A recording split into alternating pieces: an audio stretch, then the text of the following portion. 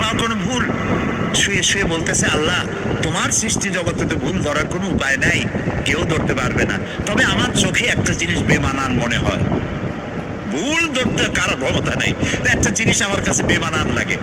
একা একা বলতেছে, সেটা হলো এই, তুমি তাল গাছ বানাইছো যেমন, তালও সেই রকম বড়, বেল গাছ যেমন বেলও বড়, নারকেল গাছ যেমন নারকেলটাও বড়, কিন্তু এত বড় বিরাট বট গাছ, ফল একেবারে এতটুকু এতটুকু। এইটা একটু বেমানান লাগতেছে। এই চিন্তা করতেছে দরবেশ সাহেব, হঠাৎ করে একটু বাতাস এসে গাছের ডাল আন্দোলিত হয়েছে, একটা আধা পাকা বটের ফল অনেক উঁচু থেকে ছিঁড়ে এসে দরবেশের নাকের উপরে পড়ছে, নাকটা জ্বলে উঠছে। দরবেশ সাহেব বলছে, আস্তাগফিরুল্লাহ, আল্লাহ এটা তো ফল না, এটা আমার চিন্তার জবাব। আমি চিন্তা করতেছি গাছ আনমান ফল হয় নাই, তাল গাছ যেমন ফল যেমন, বট গাছ যেমন ফল যদি ওই আকারে হইতো, ফলটা যে পজিশন নিয়ে আমার নাকে পড়ছে, এতে তো আমার নাকও যাইতো মাথাও যাইতো। সুতরাং আল্লাহ রাব্বুল আলামিন তার সৃষ্টি জগৎকে আপন কুদরত দিয়ে সুন্দর করে সৃষ্টি করেছেন। ভাগ্যবান তারা যে আল্লাহকে স্বীকার করে 5 ওয়াক্ত নামাজে আল্লাহকে সেজদা দেয়, সুবহানাল্লাহ। আর শিক্ষক নামের, শিক্ষিত নামের কলঙ্ক ওই সব মুসলমান যারা মুসলমানের ঘরে জন্মগ্রহণ করে নিজেকে নাস্তিক বলে পরিচয় দেয়, নিজেকে যারা বামপন্থী বলে পরিচয় দেয়। মুসলমান তা আবার বামপন্থী, আস্তাগফিরুল্লাহ। কোরআনে কারিমে আল্লাহ তাআলা বলেছেন, আসহাবুল ইয়ামিন আসহাবুশ শিমাল, ডানপন্থী আর বামপন্থী।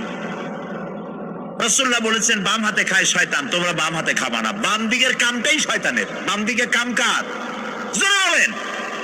এই জন্য রাস্তা দিয়ে হাঁটবেন, ডান দিক দিয়ে হাঁটেন, কিছু খাইবেন ডান দিক দিয়ে খান, কিছু শুরু করবেন ডান দিক দিয়ে করেন।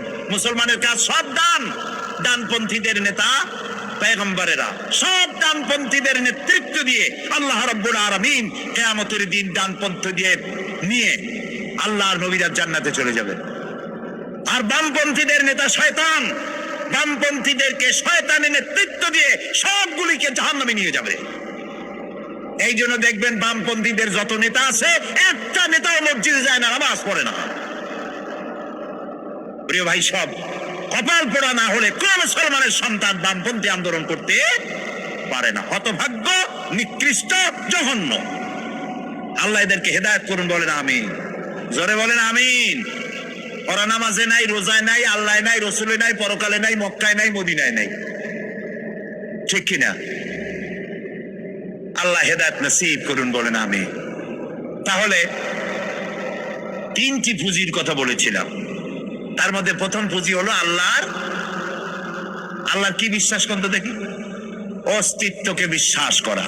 এই অস্তিত্বের উপরে আমি আর আলোচনা করতে চাই না। আমরা বিশ্বাস করি আল্লাহ আছেন, ঠিক না? আচ্ছা, এবার প্রশ্ন করি, আল্লাহ আছেন, কোথায় আছেন?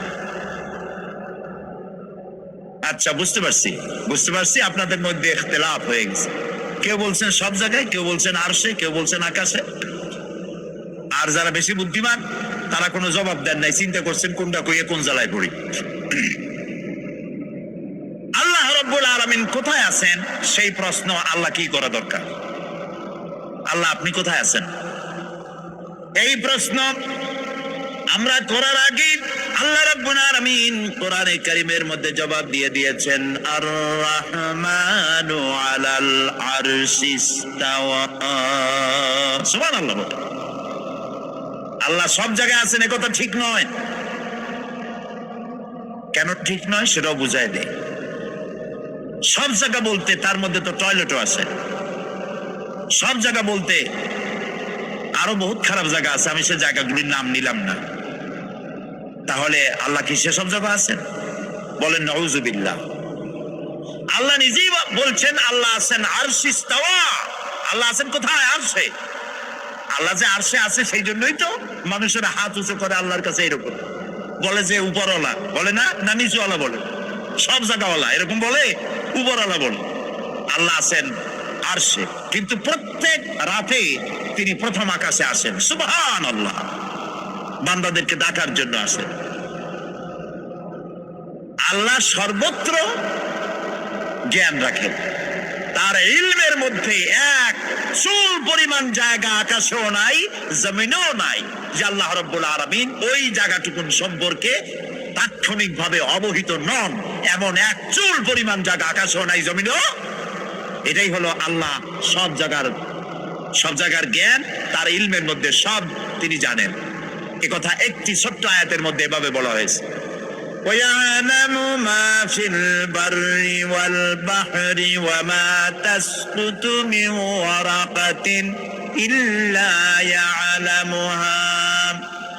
এই পৃথিবীতে জমিনের ভিতরে কি হয়, সমুদ্রের অতল তলদেশে কি হয়, সব আমি জানি। এমনকি এই পৃথিবীর কোন একটি গাছের পাতা যদি পড়ে যায়, কোন দেশের কোন গাছের কোন পাতা পড়েছে সে খবর আমি আল্লাহর কাছে হয়ে যায়। এটি আমি বললাম, বানায় বললাম? এটি কোথায় আছে? আল্লাহ রাব্বুল আলামিন কোরআনে পরিষ্কার করে বলে যে একটা পাতার খবর যদি আল্লাহর কাছে হয়, তাহলে আমরা কোথায় কি করি তিনি টের পান না? অবশ্যই টের পান। এটি আমাদের মনে রাখতে হবে। আল্লাহ তাআলা, তার উপরে আমাদের বিশ্বাস হচ্ছে এই যে তিনি আরশে ইস্তাওয়া, আরশে আছেন, এবং তিনি না জানেন না দেখেন এমন কিচ্ছু নাই, না শোনেন এমন কিচ্ছু নাই।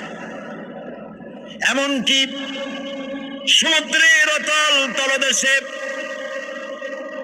ছোট্ট পাথরের ভিতরেও যদি একটি পোকা যদি পালায়ে থাকে, এমন পোকা যা মাইক্রোস্কোপ যন্ত্র ছাড়া দেখা যায় না, এমন একটি পোকা আটলান্টিক বা প্রশান্ত মহাসাগরের অতল তলদেশে থেকে যদি ক্ষুধার যন্ত্রণায় চিৎকার মারে, কেউ শোনে না। আরশের মালিক আল্লাহ রাব্বুল আলামিন বলেন আমি শুনতে পাই। সুতরাং তিনি সব শুনতে পান, তিনি দেখতে পান, এবং সবকিছু তার নলেজে আছে। এ হচ্ছে আল্লাহর অস্তিত্বে বিশ্বাস।